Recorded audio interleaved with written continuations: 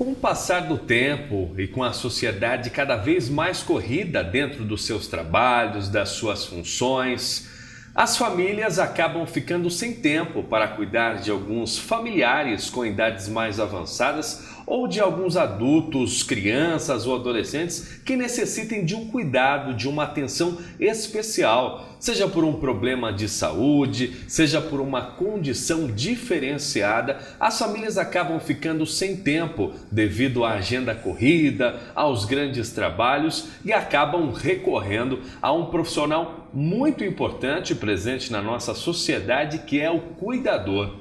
Para falar deste assunto tão importante presente nos dias de hoje, estamos aqui recebendo a Renata Tomasi. Ela que tem a empresa chamada Bem Querer Cuidadores de Pessoas, é diretora dessa empresa, está aqui para falar um pouco mais sobre esse ramo, tirar as dúvidas dos telespectadores, dos internautas que acompanham o nosso programa e falar sobre todo esse universo. Renata, seja bem-vinda ao programa Em Foco. Obrigada pelo convite, é um prazer estar aqui e falar um pouquinho para vocês do nosso trabalho. Tá ótimo. Renata, eu queria que você começasse esse programa de hoje falando um pouquinho para a gente de uma visão geral do trabalho que você desenvolve. Então, a Bem Querer é uma empresa de cuidadores de pessoas a domicílio. A gente faz a parte de selecionamento, gerenciamento e contratação da mão de obra. A gente faz umas seleções assim meio malucas, chama muitas pessoas, acaba descartando muitas pessoas também, sempre buscando um profissional bem qualificado e que consiga atender ao idoso de uma forma a proporcionar tranquilidade para a família e permitir que os familiares voltem à sua rotina diária de antes de ter esse idoso dependente dentro de casa. Tá? A gente busca profissionais desde pessoas que tenham apenas o curso de cuidador, até profissionais que tenham o curso técnico em enfermagem. Tá?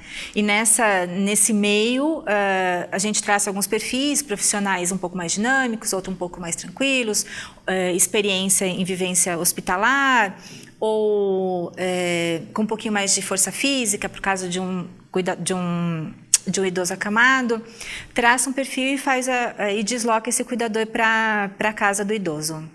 Muito bem. Conta pra gente como foi que nasceu a Bem Querer, essa ideia de você. Você que era de uma outra área e aí acabou indo para essa área tão interessante, né, e tão importante nos dias atuais. Pois é, eu sou da área de exatas, né? Ou melhor, eu era da área de exatas, trabalhei durante muito tempo com a parte de projetos de HVAC. E no meio dessa crise maluca aí na área de construção civil, numa conversa com a minha irmã, uma conversa informal, eu disse, nossa, o que eu vou fazer agora? A gente começou a traçar formatar os primeiros passos aí da Bem Querer. A ideia era ter uma empresa que, além de ser o nosso ganha-pão, também pudesse melhorar a vida de alguém. Tá?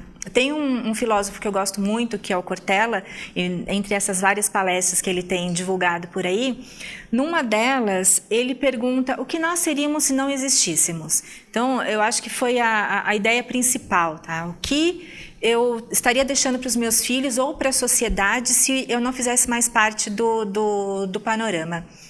Em contrapartida, a gente tem um aumento da população de idosos, né? Segundo o IBGE, em 2060 nós teremos mais de 19 milhões de idosos no Brasil. Isso é muita coisa. Então é aí que a gente entrou. Muito bem.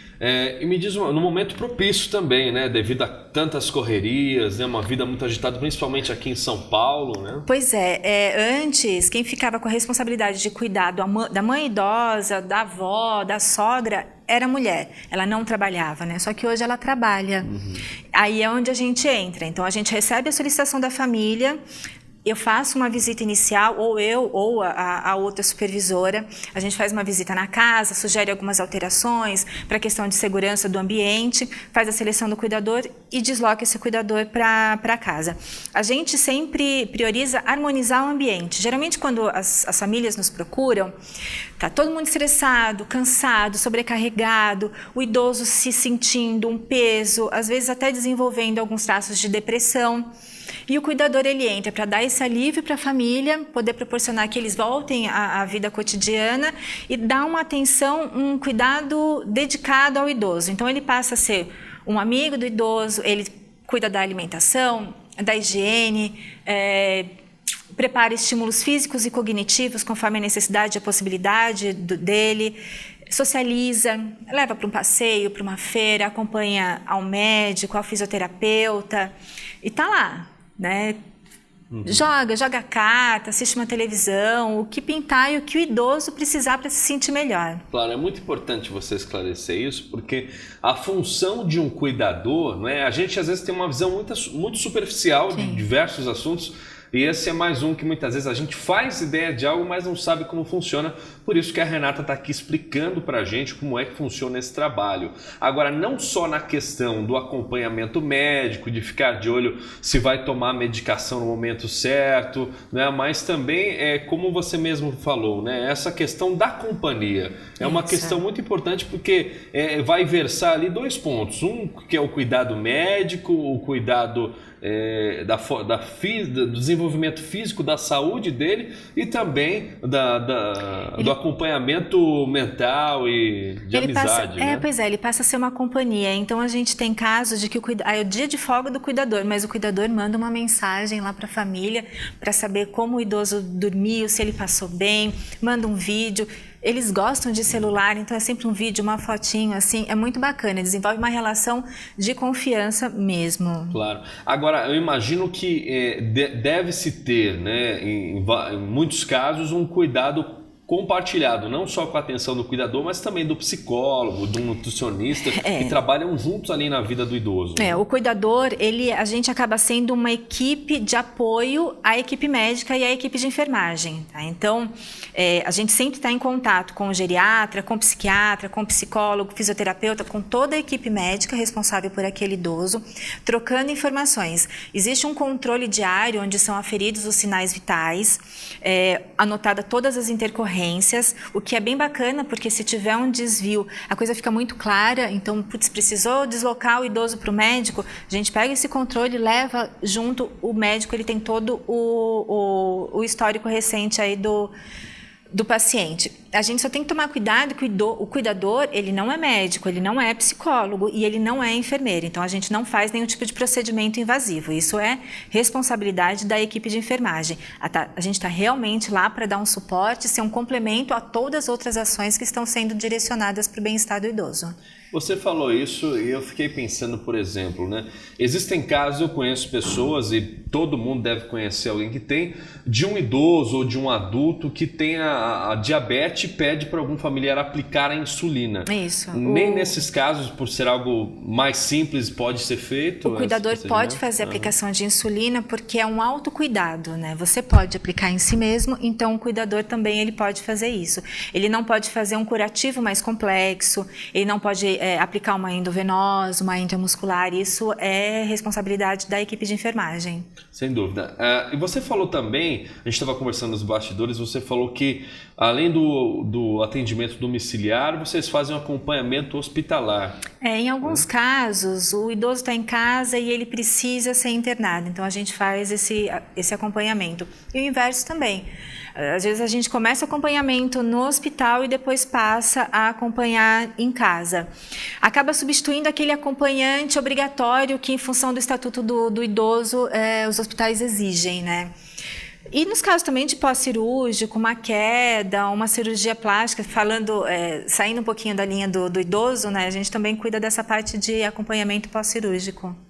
Sim, eu imagino que é um trabalho que exige muita atenção desse profissional, né? Atenção, técnica, mas acima de tudo, muito amor e empatia. O cuidar, o se colocar no lugar do outro, né? E pensar que ali você tem mais do que um cliente, mais do que um paciente, você se colocar no lugar dele e pensar que um dia realmente você pode estar precisando de alguém, né? Então é sempre com o máximo respeito, o máximo amor, atenção. Claro. E quando é diferente a situação? Quando é uma criança que tem ali algumas questões mentais, né? Questões especiais, isso. TDAH. Aí eu busco nesse banco de dados, nessa seleção, um cuidador que tem alguma especialidade nessa área e que tem um perfil para lidar com criança.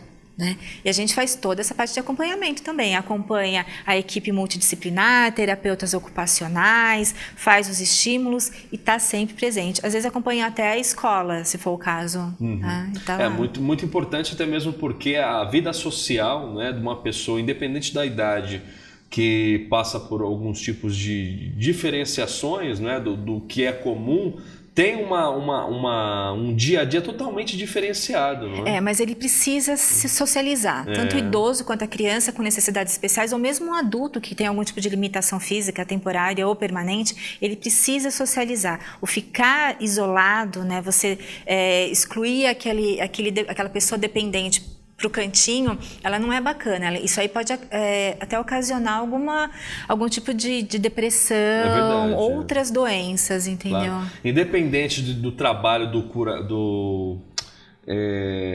do cuidador, né, de estar lá com essa pessoa em alguns momentos específicos, essa pessoa não pode perder a sua vida social de jeito nenhum. Não, né? A gente busca alternativas, né? Coisas que o idoso gosta. Às vezes ele gostava de ir na feira e ele não vai mais porque ele anda mais devagar, porque é um pouco mais complicado. O cuidador, ele vai dar um jeitinho para que a coisa aconteça, né? Então, vai devagarzinho, vai conversar, vai ver gente diferente, vai olhar o cachorro, vai falar com o vizinho. E no caso da criança também, se ela não pode frequentar um shopping, que ela frequente um parque, que ela vá para uma escola, para uma academia.